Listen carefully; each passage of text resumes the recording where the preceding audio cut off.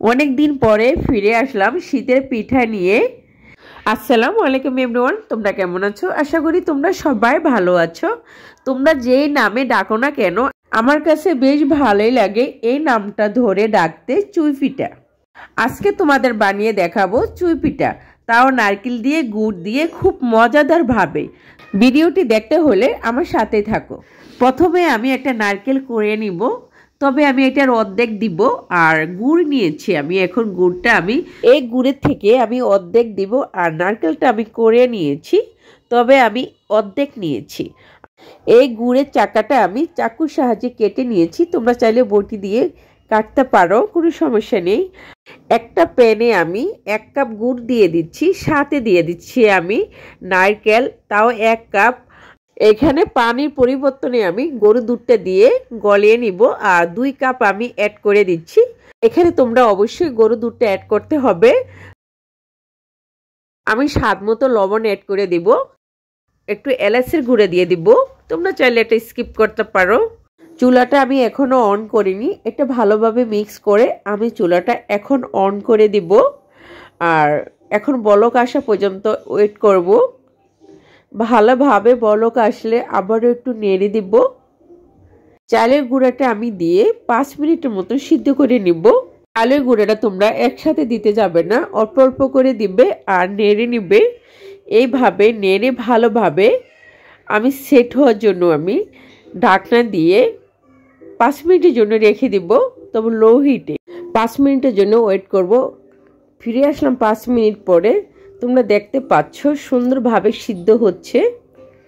ভালোভাবে সিদ্ধ হওয়ার পরে এই চুই পিঠাটা খুবই সুন্দর হয়, বানানোর পরে ভেঙে যায় না।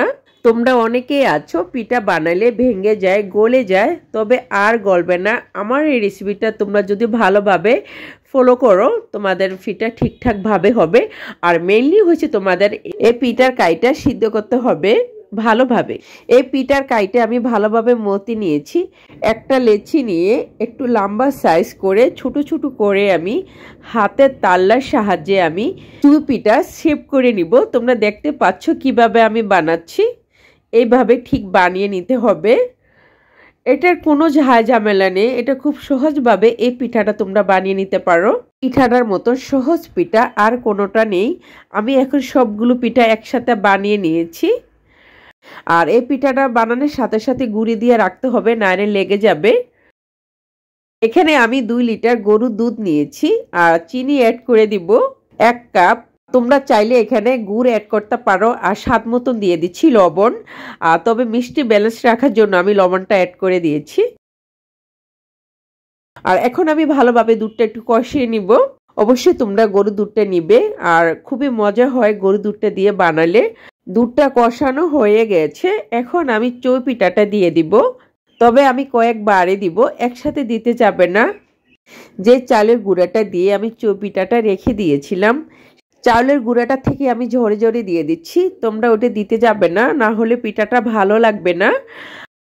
পিঠাটা আমি 2-3 মিনিটের মতো সিদ্ধ করে নিচ্ছি। আর ভালোভাবে নাড়তে হবে, না হলে লেগে যেতে পারে। পিঠাটা আমার হয়ে গেছে, এখন পিঠাটা পুরা কমপ্লিট। একটা বাটিতে আমি পরিবেশন করে নিব। আর ডেকোরেশন করার জন্য আমি একটুখানি গুড় দিয়ে দিব। খুব ইজিভাবে সাজিয়ে নিয়েছি। আর তোমরা চাইলে নারকেল দিয়ে সাজিয়ে নিতে পারো। এটা দেখতে যত লোভনীয় লাগছে, খেতে ভারী মজা।